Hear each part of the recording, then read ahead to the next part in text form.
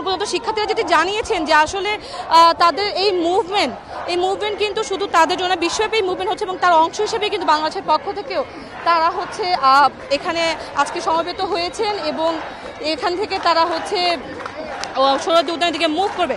আমরা যদি একটু কথা বলি ভাইয়া, একটু আপনার সাথে একটু কথা বলি। আজকে যে মুভমেন্ট, এই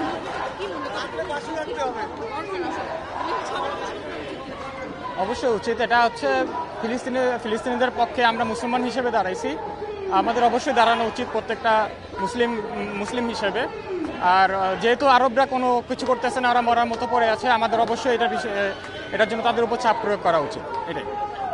আপনারা আজকে মানে এখান থেকে সোহরাওয়ার্দী উদ্যান যাচ্ছেন, কতগুলো বেসরকারি বিশ্ববিদ্যালয় মিলে বা নাকি সবাই মিলে যাচ্ছেন? আমরা এখানে যত বেসরকারি বিশ্ববিদ্যালয় আছি সবাই মিলে এখানে মোটামুটি যাচ্ছি। আমরা এখানে প্রাইভেট ইউনিভার্সিটির স্টুডেন্ট। যেমনটা বলছিলেন যে বেসরকারি বিশ্ববিদ্যালয়ের সকল শিক্ষার্থীরা আজকে এখানে একসাথে হয়েছে এবং শুধুমাত্র নারী পুরুষ সবাই মিলে এখানে তারা একত্রিত হয়েছে এমনটা নয়। আজকে কিন্তু সোহরাওয়ার্দী উদ্যানে কিন্তু আজকে বলা যায় যে পুরো জনসমাবেশের মতো আজকে সবাই সেখানে যাবেন এবং অনেকেই এখানে যাবেন, সাধারণ জনগণ থেকে শুরু করে আরও অনেক নেতাকর্মীরাও সেখানে আজকে উপস্থিত হবেন এবং আজকে ওখানে যাবেন। তো এখানে কিন্তু আমরা যদি একটা কথা বলে রাখা ভালো যে ইসরায়েল যে আক্রমণ চালাচ্ছে বা ফিলিস্তিনের উপরে যে হামলা চালাচ্ছে, এই হামলা বা বর্বরতা নৃশংসতা আসলে কবে শেষ হবে সেটা কিন্তু এখন পর্যন্ত একটি প্রশ্ন রয়ে গিয়েছে এবং সবার মনে এই প্রশ্ন রয়েছে এবং সবাই একটা কথা বলছে যে আরব আমিরাতে তারা কিন্তু এখনো চোখ বন্ধ করে আছে। আমেরিকার সাহায্যে তারা হয়তো এখনো ইসরায়েল হচ্ছে ফিলিস্তিনের উপর হামলা চালাচ্ছে এবং এই হামলা কবে বন্ধ হবে, কেন এখনো মুসলিম দেশগুলো কেন এখনো চোখ বন্ধ করে আছে সেই প্রশ্নই কিন্তু সবার মুখে এবং সবাই একটা কথাই দিয়েছে যে বলছে যে ফিলিস্তিন মুক্ত কবে হবে এবং এই মুক্তির জন্য কিন্তু যত দ্রুত সম্ভব এই মুক্তির জন্য কিন্তু বিশ্বব্যাপী এই মার্চ ফর গাজার যে মুভমেন্ট এটি যাচ্ছে। এবং ভাইয়া একটু যদি আজকে তো আপনাদের যে মুভমেন্ট, এই মুভমেন্ট আসলে কি হয়েছে মানে পুরো বিশ্ববাসী যদি একত্রিত হতো তাহলে কি আরো আগেই যেত? অবশ্যই আগে যেত। আমরা মুসলমানদের যে পরিচয় সেই অস্তিত্ব আজকে জানান দিচ্ছি।